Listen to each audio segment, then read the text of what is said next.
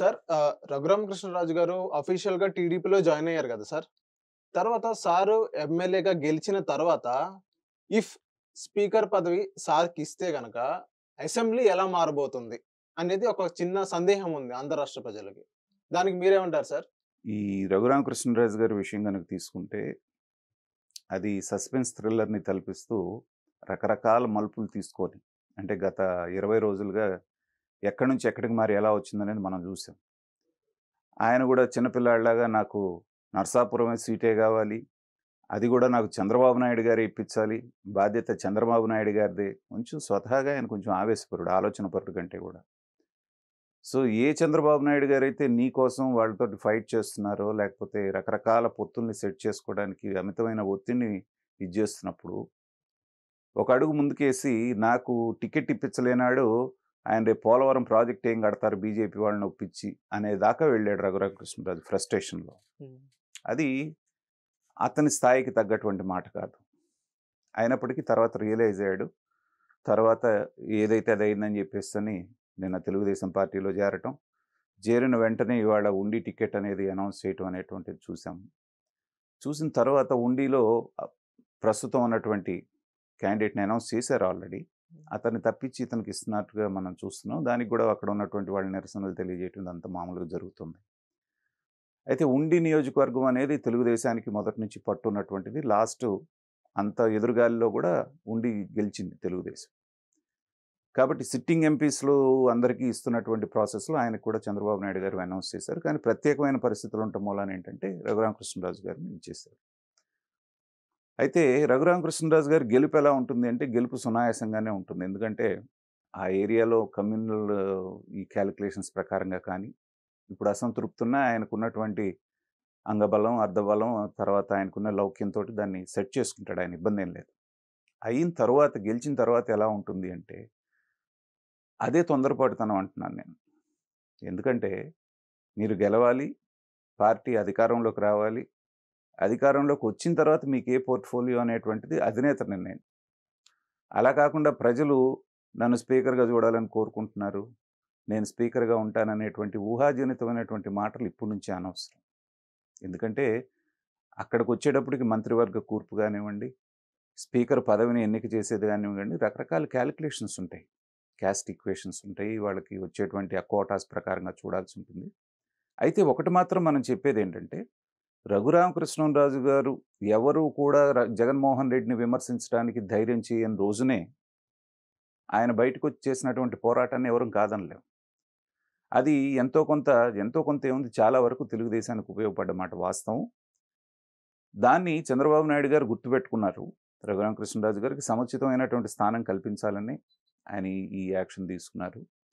అయితే ఎలా ఉంటుంది అనేటువంటి ఊహాజనితమైనటువంటి ప్రశ్న మీరేశారు గాబట్టి, దానికి సమాధానం జెప్పాలి అంటే, ఒకవేళ జరిగితే గూడా, స్పీకర్‌గా రఘురామకృష్ణరాజు గారిని వాళ్ళు ఎన్నుకుంటే, సభ మాత్రం రసవత్తరంగా ఉంటుంది. ఎందుకంటే, స్వతహాగా గోదావరి జిల్లా వాళ్ళకుండే ఎటకారం రాజుగారిలో ఒక ఇంత ఎక్కువే ఉంటుంది. తర్వాత ఈ 5 సంవత్సరాలు పడ్డటువంటి ఆయన కష్టమంతా ఆయనకు గుర్తుంది. వైసీపీ వాళ్ళు ఆయన్ని ఎలా వేధించారు, ఎలా ఇచ్చేశారనేటువంటిది ఉంటుంది గాబట్టి, సహజంగానే రసవత్తరమైనటువంటి సన్నివేశాలు మనం అసెంబ్లీలో చూడటానికి అవకాశం ఉంటుంది. అయితే ఒకటేంటంటే మనకి రాజ్యాంగ వ్యవస్థలో చూస్తే గవర్నర్స్ పదవి అనేటువంటిదేంటంటే పరిమితమైనటువంటి అధికారాలు ఉన్నటువంటి పదవి. సభని కంట్రోల్ చేయటం, వాళ్ళని ఇది చేయటం అనేటువంటిది జేస్తున్నారు. తర్వాత స్పీకర్ పదవి అనేది ఒకప్పుడు చాలా నిష్పక్షపాతంగా ఉండేది. ఒక 20, 30 సంవత్సరాల క్రితం గనక మనం తీసుకుంటే స్పీకర్‌లు చాలా గట్టిగా ప్రోయాక్టివ్‌గా యాక్ట్ చేసి అటు అధికార పక్షాన్ని, ఇటు ప్రతిపక్షాన్ని కూడా కంట్రోల్ చేసేవాళ్ళు. ఇప్పుడు ఈ ప్రభుత్వం, ఆ ప్రభుత్వం అనేది లేకుండా అందరు స్పీకర్‌లు కూడా ఏమైపోయారంటే గవర్నమెంట్ ఏజెంట్‌లు లాగానే తయారయ్యారు. వీళ్ళు కూడా ఒక మినిస్టర్ లాగానే ఉంటున్నారు. దానికి ఉదాహరణ మొన్న 2019లో అసెంబ్లీ స్పీకర్‌గా ఉన్నటువంటి తమ్మినేని సీతారాం గారు. అసలాయన మిగతా స్పీకర్ పదవి కంటే కూడా వైసీపీ కార్యకర్తగానే ఎక్కువ బిహేవ్ చేయటం జరిగిందాయన. ఎందుకంటే స్పీకర్ పదవిలో ఉన్నటువంటి వాళ్ళు సంయమనంతోటి చాలా ఓపికగా వాళ్ళు పాత్ర పోషించాలి. అలాంటిది దాంట్లో ఏ రకమైనటువంటి మొహమాటం లేకుండా వన్ సైడెడ్‌గా, బయాస్డ్‌గా నిర్ణయాలు తీసుకోవడం, మాట్లాడటం, తర్వాత వాళ్ళ మీదకి ఎగబడటం. హుహు. ఇవన్నీ చూసిన సందర్భాలు చూస్తే కొంత పరుష పదజాలం వాడటం కూడా మనం చూసాం. అయితే అదే విమర్శ అంతకుముందు ఉన్నటువంటి కోడెల శివప్రసాదరావు గారి మీద కూడా ఉంది. వాళ్ళు ప్రతిపక్షాలు గొంతు నొక్కారని, ఇదనేటువంటిది ఉంది. అయితే ఎవరిని తప్పు పట్టడానికి లేదు. మీరు ఎన్నికైనటువంటి ఒక పార్టీ తరపున ఎన్నికైనటువంటి ఎమ్మెల్యేని మీరు స్పీకర్‌ని చేస్తున్నారు. చేసినప్పుడు ఏంటంటే సహజంగా వాసనలు పోవు. నిజంగా గనక వాళ్ళు ఏదన్నా ఇది చేయాలి, పాటించాలి అంటే స్పీకర్ అవ్వగానే ఆ పార్టీ పదవికి రాజీనామా చేయమనేటువంటి ఒక కండిషన్ పెట్టి చేస్తే నిష్పక్షపాతంగా గనక ఉండటానికి కొంత అవకాశం ఉంటుంది గానీ అది జరగట్లేదు. కాబట్టి ఏంటంటే స్పీకర్ అనేటువంటి వాడికి ఉండేటువంటి గౌరవం గానివ్వండి, ఆ స్టేచర్ అనేటువంటిది ఇప్పుడు వాళ్ళలో కనపడట్లేదు. రఘురామకృష్ణరాజు అయినా కూడా దానికి మించి దానికంటే వ్యతిరేకంగా ఆయన చేసేదేం ఉండదు. అలాంటి పాత్రే ఆయన అధికార పక్షానికి కొమ్ముగాస్తూనే మాట్లాడాల్సి ఉంటుంది. అయితే ఇంకో వాదన కూడా వినిపిస్తోంది. రఘురామకృష్ణరాజుని హోమ్ మినిస్టర్ చేయాలనేటువంటి వాదన కూడా కొంతుంది. కానీ ఇవన్నీ ఏంటంటే మనకు ఊహాజనితమైనటువంటి మాటలు. వాళ్ళ ముందు ఉన్నటువంటి ప్రథమ లక్ష్యం ఏంటంటే ఆ గెలుపు అనేటువంటిది ముఖ్యం. గెలిచిన తర్వాత వచ్చేటువంటి మాటలు ఇవన్నీ. ఇలా అయితే ఎలా ఉంటుంది, అలా అయితే ఎలా ఉంటుందనేది లాస్ట్ మినిట్ వరకు మనం ఏం చెప్పలేం. కాబట్టి ఇలాంటి ఊహాజనితమైనటువంటి వీటినన్నిటిని ఆ ప్రజలకి వదిలేసి అది అయ్యే వరకు వాళ్ళనే మాట్లాడుకొనిద్దాం. సార్ అకార్డింగ్ టు యూ మీ ప్రకారం టీడీపీ అధికారంలో వచ్చిందనుకుందాం.